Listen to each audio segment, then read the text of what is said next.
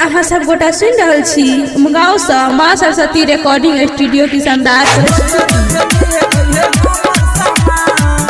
Mixing by Rajesh Vedanti. गजब के छौगे तोहर गाल गे आ रस सफरल ओठ लाल लाल गे। हाँ गजब के छौगे तोहर गाल गे आ रस सफरल ओठ लाल लाल गे।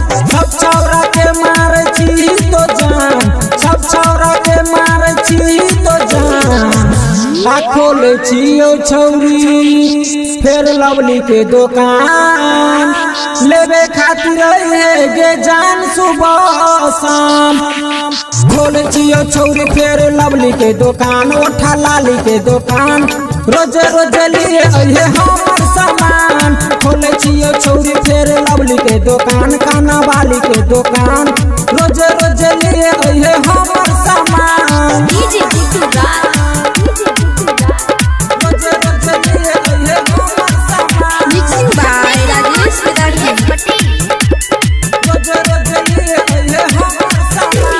करने जवानी तो खर्चा, जल्दी छपा ले तो पर्चा, नोट के गड्डी कम भी हो जे तो सगरो के चर्चा, हो जे तो सगरो के चर्चा।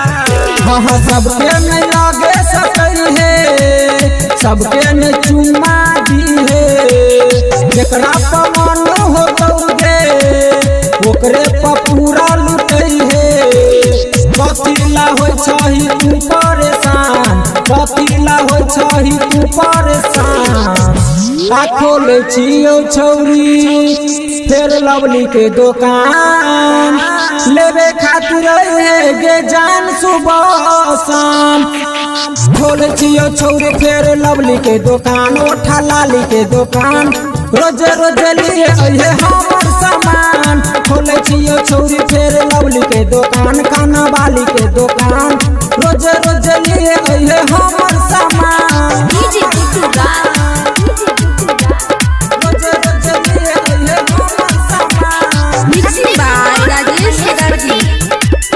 रोज रोज लिए अहे हमर सामान। सही सही दाम लगेबो, घाटा में लागे गे देबो, हमरा दुकान के छोड़ के जान दोसर दुकान जाय देबो, दोसर दुकान जाय देबो।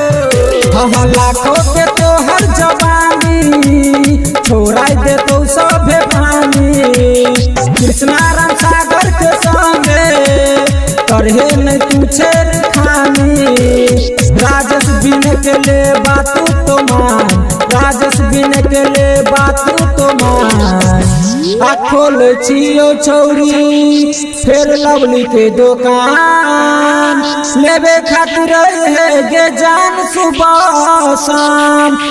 खोले छियो छौरी फेर लवली के दुकान, ओठा लाली के दुकान, रोज रोज लिए अहे हमर सामान।